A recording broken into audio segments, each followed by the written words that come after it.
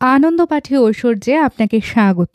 আজকের পর্বে আমরা পাঠ করছি হুমায়ুন আহমেদের লেখা পাপ। হুমায়ুন আহমেদের এই গল্পটি দুটি গল্পগ্রন্থে প্রকাশিত হয়েছে। প্রথমে প্রকাশিত হয় জলকন্যা নামক গ্রন্থে। পরবর্তীতে লেখক গল্পটি নিয়ে তার অভিব্যক্তি সংযুক্ত করেন। সেটি প্রকাশিত হয় হিমুর একান্ত সাক্ষাৎকার ও অন্যান্য নামক গ্রন্থে। আমি প্রথমে লেখকের অভিব্যক্তি পড়ে মূল গল্প পাঠ করছি। পাপ পুণ্য নিয়ে আমার নিজের কিছু সমস্যা আছে। পাপ কি? পুণ্যই বা কি? যা কল্যাণকর তাই কি পুণ্য? যা একজনের জন্য কল্যাণকর তা অন্যের জন্য অকল্যাণকর হতে পারে। সেখানে পাপ পুণ্য কিভাবে আলাদা করব? আমি পাপ পুণ্য ব্যাখ্যা করার চেষ্টায় অনেক গল্প লিখেছি। এর মধ্যে একটি গল্প পাপ আমার খুব পছন্দের। পাপ বিষয়ে হিলারি বেলোখের একটা লেখা আছে। লেখাটি উদ্ধৃত করবার লোভ সামলাতে পারছি না। When I am dead, I hope it may be said, his sins were scarlet, but his books were red.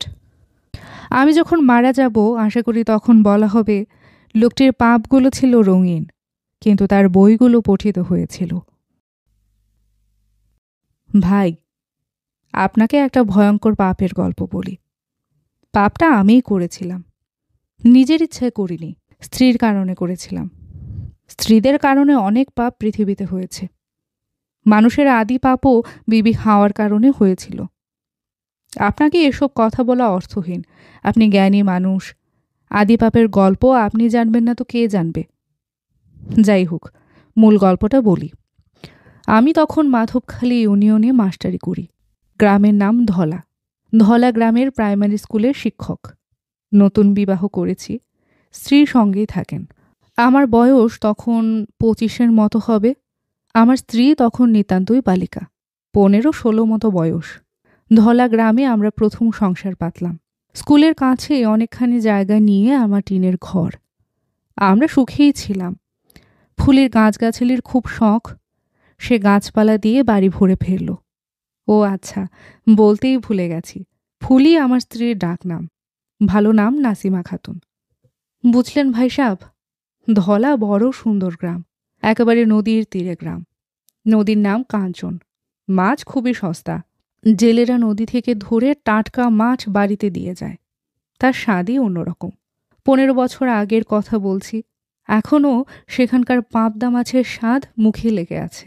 শীতের সময় বোয়াল মাছ থাকতো তেলে ভর্তি। ধলা গ্রামের মানুষজন খুবই মিশুক। আজকাল গ্রাম বলতেই ভিলেজ পলিটিক্সের কথা মনে আসে। দলাদলি, মারামারি, কাঁটাকাটি। ধলা গ্রামে এসব কিছুই ছিল না। শিক্ষক হিসাবে আমার অন্যরকম মর্যাদা ছিল। যে কোনো বিয়ে শাদিতে আদর করে দাওয়াত দিয়ে নিয়ে যেত। গ্রাম্য সালিসিতে আমার বক্তব্য গুরুত্বের সঙ্গে নেওয়া হতো। 2 বছর খুব সুখে কাটল। তারপরেই সংগ্রাম শুরু হলো।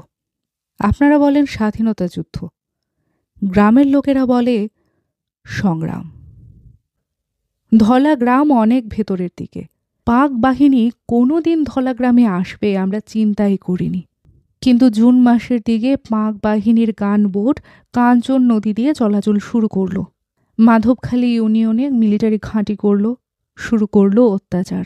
তাদের অত্যাচারের কথা আপনাকে নতুন করে বলার কিছু নেই। আপনি আমার চেয়ে 1000 গুণে বেশি জানেন।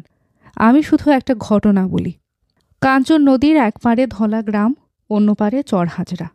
জুন মাসের 19 তারিখ চরহাজরা গ্রামে মিলিটারির গানবোট ফিরল। চরহাজরার বিশিষ্ট মাতব্বর ইয়াকুব আলী সাহেব মিলিটারিদের খুব সমাদর করে নিজেদের বাড়িতে নিয়ে গেলেন। ভাই সাহেব, আপনি এর অন্য অর্থ করবেন না। তখন তাদের সমাদর করে নেয়া ছাড়া কোনো উপায় ছিল না। সবারই হাত পা ছিল বাঁধা। ইয়াকুব আলী সাহেব মিলিটারিদের খুব আদর যত্ন করলেন। ডাব পেড়ে খাওয়ালেন। দুপুরে খানা খাওয়ার জন্য খাসি জবহ করলেন। মিলিটারিরা সন্ধ্যা পর্যন্ত থাকলো, খানাপিনা করল। যাবার সময় ইয়াকুব আলী সাহেবের 2 মেয়ে আর ছেলের বউকে তুলে নিয়ে চলে গেল। আর তাদের কোনো খোঁজ পাওয়া যায় নাই। এখন গল্পের মতো মনে হয়, কিন্তু এটা বাস্তব সত্য। আমার নিজের দেখা। সেই দিনের খানায় শরিক হওয়ার জন্য ইয়াকুব আলী সাহেব আমাকে দাওয়াত দিয়েছিলেন। নিয়ে যাওয়ার জন্য নৌকা পাঠিয়েছিলেন। আমি গিয়েছিলাম। চর হাজরার ঘটনার পরে আমরা ভয়ে অস্থির হয়ে পড়লাম। গজবের হাত থেকে বাঁচার জন্য মসজিদে কোরআন খতম দেওয়া হলো, গ্রাম বন্ধ করা হলো, 1,24,000 বার সূরা ইখলাস পাঠ করা হলো। কি যে অশান্তিতে আমাদের দিন গিয়েছে ভাই সাহেব, আপনাকে কি বলবো। রাতে এক ফোঁটা ঘুম হতো না। আমার স্ত্রী তখন সন্তান সম্ভবা, 7 মাস চলছে, হাতে নাই একটা পয়সা, স্কুলের বেতন বন্ধ, গ্রামের বাড়ি থেকে যে টাকা পয়সা পাঠাবে সেই উপায়ও নেই, দেশে যোগাযোগ বলতে তখন কিছুই নাই, কেউ কারো কোনো খোঁজ জানে না। কি যে বিপদে পড়লাম, সুবহানাল্লাহ। বিপদের পর বিপদ। জুলাই মাসের শেষের দিকে মুক্তিবাহিনী দেখা দিল। নৌকায় করে আসে, 2-1টা ফুটফাট করে উধাও হয়ে যায়। বিপদে পড়ি আমরা। মিলিটারি এসে গ্রামের পর গ্রাম জ্বালিয়ে দিয়ে যায়। মুক্তিবাহিনীর তখন আর নড়াচড়া পাওয়া যায় না। সেপ্টেম্বর মাসের শেষের দিকে অবস্থার পরিবর্তন হলো। মুক্তিবাহিনী তখন আর ফুটফাট করে না, রীতিমতো যুদ্ধ করে, ভালো যুদ্ধ। বললে বিশ্বাস করবেন না, এরা কাঞ্চন নদীতে মিলিটারির একটা লঞ্চ ডুবিয়ে দিল। লঞ্চ ডুবার ঘটনা ঘটল সেপ্টেম্বর মাসের 26 তারিখ। স্বাধীন বাংলা বেতার থেকে এই সংবাদ প্রচার করা হয়েছিল। ভাইসাব হয়তো শুনেছেন, বলা হয়েছিল শতাধিক মিলিটারির প্রাণ সংহার হয়েছে। এটা অবশ্য ঠিক না। মিলিটারি অল্পই ছিল, বেশিরভাগ ছিল রাজাকার। রাজাকারগুলা সাঁতরে পারে উঠেছে, গ্রামের লোকেরাই তাদের পিটিয়ে মেরে ফেলেছে। যুদ্ধ খুব খারাপ জিনিস ভাইসাব। যুদ্ধ অত সাধারণ মানুষকেও হিংস্র করে ফেলে, এটা আমার নিজের চোখে দেখা। এখন মূল গল্পটা আপনাকে বলি। সেপ্টেম্বর মাসের 28 তারিখের ঘটনা। মাগরিবের নামাজ পড়ে আমি বারান্দায় বসে আছি। তুমুল বর্ষণ হচ্ছে, ইংরেজিতে যাকে বলে ক্যাটস অ্যান্ড ডগস। একা একা বৃষ্টি দেখছি। আমার স্ত্রী শোবার ঘরে, ঘর অন্ধকার করে শুয়ে আছে। তার শরীর অত্যন্ত খারাপ। 2 দিন ধরে কিছুই খেতে পারছে না, যা খায় বমি করে দেয়। শরীর অত্যন্ত দুর্বল, কোনো কিছু না ধরে দাঁড়াতে পর্যন্ত পারছে না। ডাক্তার যে দেখাবো সেই উপায় নেই। ডাক্তারবাবু কই? মাধবখালীতে একজন MBBS ডাক্তার ছিলেন, বাবু নলিনী কুমার রায়, ভালো ডাক্তার। মিলিটারি মাধবখালীতে এসে প্রথম দিনই তাকে মেরে ফেলেছে।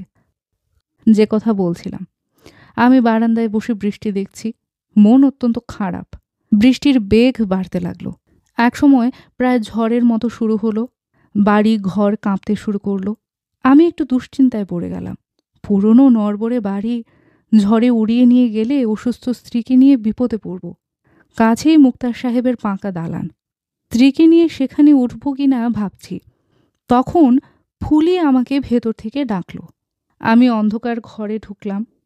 ফুলি ফিসফিস করে বলল, তোমার সঙ্গে আমার একটা কথা আছে। আমি বললাম, কি কথা? ফুলি বলল, আমার কাছে আগে বসো। আমি বসলাম। ফুলি বলল, আমি যদি তোমার কাছে কোনো জিনিস চাই, তুমি কি আমাকে দিবে? আমি বললাম, ক্ষমতার ভেতরে থাকলে অবশ্যই দেব। আকাশের চাঁদ চাইলে তো দিতে পারবো না। জিনিসটা কি? তুমি আগে আমার গা ছুঁয়ে প্রতিজ্ঞা করো। আমি তার কপালে হাত রেখে বললাম, প্রতিজ্ঞা করলাম। এখন বলো ব্যাপার কি? হারিকেনটা জ্বালাও। হারিকেন জ্বালালাম। দেখি তার বালিশের কাছে একটা কোরআন শরীফ। আমাকে বলল, আল্লাহর পাক কালাম ছুঁয়ে প্রতিজ্ঞা করো যে তুমি কথা রাখবে। আমি ধাঁধায় পড়ে গেলাম।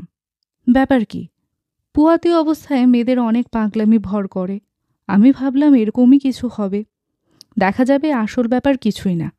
আমি কোরআন শরীফে হাত রেখে প্রতিজ্ঞা করলাম। তারপর বললাম, এখন বলো আমাকে কি করতে হবে? একটা মানুষের জীবন রক্ষা করতে হবে। তার মানে? একটা মানুষ আমার কাছে আশ্রয় নিয়েছে, তার জীবন রক্ষা করতে হবে। কিছুই বুঝতে পারছি না, কে তোমার কাছে আশ্রয় নিল?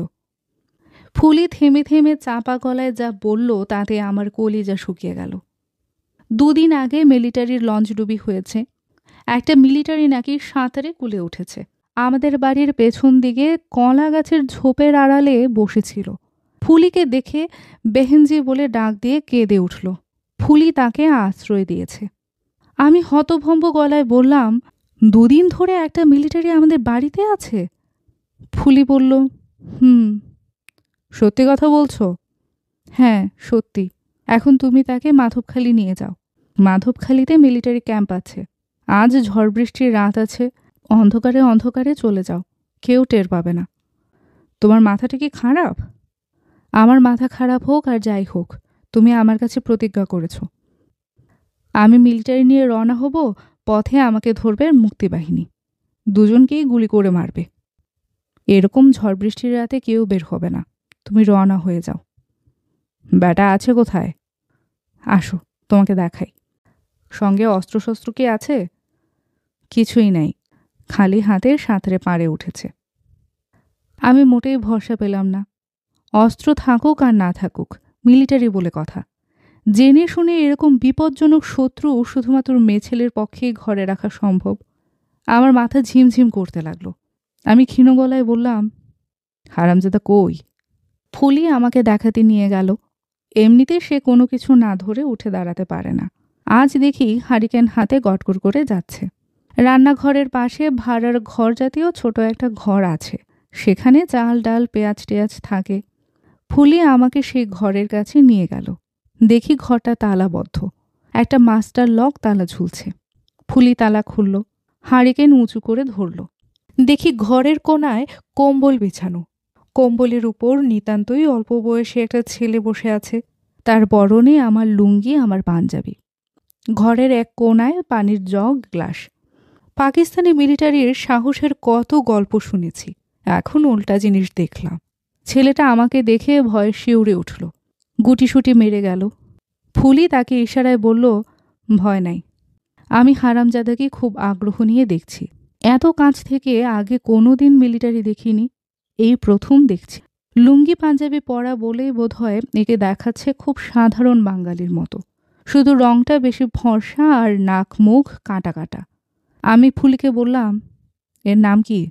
ফুলি গড়গড় করে বলল, এর নাম দিলদার, লেফটেন্যান্ট, বাড়ি হলো বালাকোটে।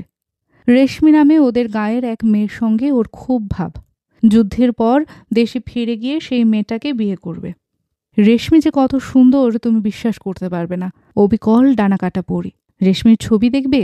দিলদারের পকেটে সব সময় রেশমির ছবি। বালিশের নিচে এই ছবি না রাখলে সে ঘুমোতে পারে না। কারো ছবি দেখারই আমার কোনো শখ ছিল না। আমার মাথা তখন ঘুরছে, এ কি সমস্যায় পড়লাম। ফুলি তারপরেও ছবি দেখালো। ঘাগরা পরা একটা মেয়ে, মুখে হাসি হাসি। ফুলি বলল, মেয়েটা সুন্দর কেমন দেখলে? আমি বললাম, এখন তুমি ওকে মাধবখালি পৌঁছে দেবার ব্যবস্থা করো, আজ রাতেই করো। দেখি, দেখা দেখির কিছু নাই, তুমি রওনা হও। মাধবখালি তো পায়ে হেঁটে যাওয়া যাবে না, নৌকা লাগবে। নৌকার ব্যবস্থা করো, ওকে পার করার জন্য আজ রাতই সবচেয়ে ভালো। ভয়ে বেচারা অস্থির হয়ে গেছে, পানি ছাড়া কিছু খেতে পারছে না। আমি শুকনা গলায় বললাম, দেখি কি করা যায়। ফুলি মিলিটারির দিকে তাকিয়ে আনন্দিত গলায় বলল, তোমার আর কোনো ভয় নেই, আমার স্বামী তোমাকে নিরাপদে পৌঁছে দেবে। তুমি এখন 4টা ভাত খাও। মিলিটারি বাংলা ভাষার কি বুঝলো কে জানে। সে শুধু বলল, শুক্রিয়া বেহেনজি, লাখো শুক্রিয়া। ফুলি ভাত বেড়ে নিয়ে এলো, তাকে খাওয়াতে বসালো। আমাকে বলল, তুমি দেরি করো না, চলে যাও। আমি ছাতা হাতে বাড়ি থেকে বের হলাম। তখনও ঝুম বৃষ্টি চলছে, তবে বাতাস কিছু কমে গেছে। আমি দ্রুত চিন্তা করার চেষ্টা করছি, কি করা যায় কিছুই ভেবে পাচ্ছি না। স্ত্রীকে কথা দিয়েছি, আল্লাহর পাক কালাম ছুঁয়ে প্রতিজ্ঞা করেছি। সে প্রতিজ্ঞা রক্ষা করা দরকার। ছেলেটার জন্য মায়াও লাগছে, বাচ্চা ছেলে, এরা হুকুমের চাকর, উপরওয়ালার হুকুমে চলতে হয়। তাছাড়া বেচারা জীবনই শুরু করে নাই। দেশে ফিরে বিয়ে শাদী করবে, সুন্দর সংসার হবে। আবার অন্যদিকও আছে, একে মাধবখালি পৌঁছে দিলে ঘটনাটা প্রকাশ হয়ে পড়বে, নৌকার মাঝিই বলে দিবে, কোনো কিছুই চাপা থাকে না। তারপর রাজাকার হিসেবে আমার বিচার হবে, দেশের মানুষ আমার গায়ে থুথু দেবে। পাকিস্তানি মিলিটারি শুধু যে আমাদের পরম শত্রু তা না, এরা সাক্ষাৎ শয়তান, এদের কোনো ক্ষমা নেই। আমি নৌকার খোঁজে গেলাম না, মুক্তিবাহিনীর ক্যাম্পে গিয়ে খবর দিলাম। রাত 2টার সময় তারা এসে দিলদারকে ধরে নিয়ে গেল। দিলদার আমার স্ত্রীর দিকে তাকিয়ে একবার শুধু বলল, বেহেনজি, তারপরেই চুপ হয়ে গেল। আমার স্ত্রী অবাক হয়ে আমার দিকে তাকিয়ে রইল। দিলদারকে সেই রাতেই গুলি করে মারা হলো। মৃত্যুর আগেও সে কয়েকবার আমার স্ত্রীকে ডাকল, বেহেনজি, বেহেনজি। আমার স্ত্রী মারা গেল সন্তান হতে গিয়ে, একদিক দিয়ে ভালোই হলো, বেঁচে থাকলে সারা জীবন স্বামীকে ঘৃণা করে বাঁচত। সে বাঁচা তো মৃত্যুর চেয়েও খারাপ। বুঝলেন ভাই সাহেব, যুদ্ধ খুব খারাপ জিনিস। যুদ্ধে শুধু পাপের চাষ হয়। আমার মতো সাধারণ একটা মানুষ কতগুলো পাপ করল চিন্তা করে দেখেন। রোজ হাসরে আমার বিচার হবে। আল্লাহ পাক পাপ পুণ্যের কিভাবে বিচার করেন, আমাকে কি শাস্তি দেন, এটা আমার দেখার খুব ইচ্ছা। আনন্দপাঠী ঐশ্বর্যের আজকের আয়োজন আপনাদের কেমন লাগলো অবশ্যই তা আমাকে জানাবেন। ভালো লাগলে বন্ধুদের সাথে শেয়ার করবেন। প্রথমবারের মতো আমাদের আয়োজন শুনে থাকলে চ্যানেলটিকে সাবস্ক্রাইব করতে ভুলবেন না। আজ এই পর্যন্তই। সবাই ভালো থাকবেন, সুস্থ থাকবেন, আশেপাশের সবাইকে ভালো রাখবেন।